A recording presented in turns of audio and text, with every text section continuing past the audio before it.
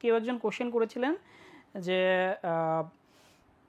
Vocabulary মনে থাকে না, ঠিক আছে, এটা কি করা যায়? এটা আসলে একটা জাতীয় সমস্যা। হ্যাঁ, যখন আপনি অনেকগুলো ভোকাবুলারি পড়বেন একসাথে, স্বাভাবিকভাবেই হচ্ছে কিছু কিছু হারিয়ে যাবে, মনে থাকবে না, এটা স্বাভাবিক সমস্যা।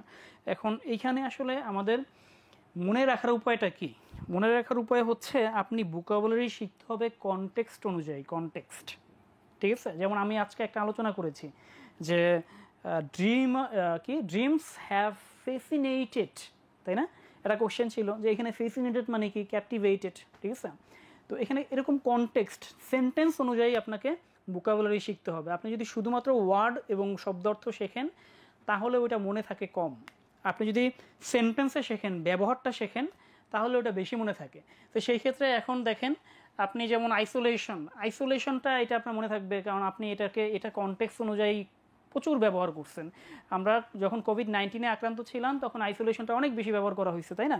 So you will never forget it. আপনি কখনোই কিন্তু এটা ভুলবেন না। কেন ভুলবেন না? বিকজ এটা আপনি প্র্যাকটিক্যাল লাইফে কনটেক্সট অনুযায়ী কী করছেন, ব্যবহার করছেন, ঠিক আছে। সো এরকম এখন কথা হচ্ছে আমার যে আমি 200-300 ভোকাবুলারি শিখতেছি, সব কি কনটেক্সট অনুযায়ী আসলে ব্যবহার করা সম্ভব কিনা। তো এইটা আমার মনে হয় আপনাদের যেই সময়টা আছে এই সময়ে সম্ভব। আপনি জাস্ট একটা মেক সেন্টেন্স একটা রেখে দেন। দাবিতে রিটেনের মেক সেন্টেন্সটা লাগে, আপনি তো আর রিটেন দিচ্ছেন না, বাট মেক সেন্টেন্সটা একটু রেখে দেন জাস্ট আপনার কিসের জন্য, বোঝার জন্য। অথবা অ্যাটলিস্ট আপনি একটা ফ্রেজ লিখে দেন, ফ্রেজ, পুরো সেন্টেন্স না লিখলে একটা ফ্রেজ লিখে দেন, ঠিক আছে। যেমন আমরা কি বলতে পারি, যদি বলি এইটা দেখেন, ইল ফেইটেড, নিচের দিকে দেখেন, ইল ফেইটেড লেখা বোঝা যাচ্ছে কিনা আই এম নট শিওর। ইল ফেইটেড মানে কি বলেন দেখি?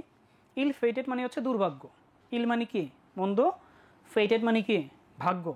ইল ফেইটেড মানে হচ্ছে দুর্ভাগ্য। তাহলে আপনি এটাকে এইভাবে বললেন যে হ্যাঁ, একজনের রাফিয়া জান্নাত বলেছেন মিস ফরচুন, ঠিক আছে। যদি আপনার এটা মনে থাকতে কষ্ট হয় আপনি একটা ফ্রেজ পাশে লিখে দেন, ইল ফেইটেড অরফেন, যে দুর্ভাগা এতিম, অথবা ইল ফেইটেড বয়, দুর্ভাগা ছেলে, ঠিক আছে। এরকম কিছু একটা আপনি আপনার বোঝার সুবিধার্থে এইভাবে লিখে দেন, যদি পুরো সেন্টেন্স আপনি নাও লেখেন। সেন্টেন্স লিখতে বলে সবচেয়ে ভালো। আর যদি সেটা না পারেন, একটা ফ্রেজ যেটা দিয়ে আপনি আসলে বুঝেন যে এটার অর্থটা আসলে কি। আপনি বাংলা না দেখেই ওই ফ্রেজটা দেখলেই বুঝবেন যে এটা আসলে অর্থটা কি, ঠিক আছে। দিস ইজ স্কিলস, এটাই হচ্ছে স্কিল। আমি বুক মানি বই, গুড মানি ভালো, ক্যাট মানি বিড়াল, এইভাবে আপনি আসলে শব্দার্থ শিখে শেষ করতে পারবেন না, এবং এই শব্দার্থগুলো আসলে খুব বেশি আমাদের মাথায় আসলে লাস্ট করেও না, ঠিক আছে।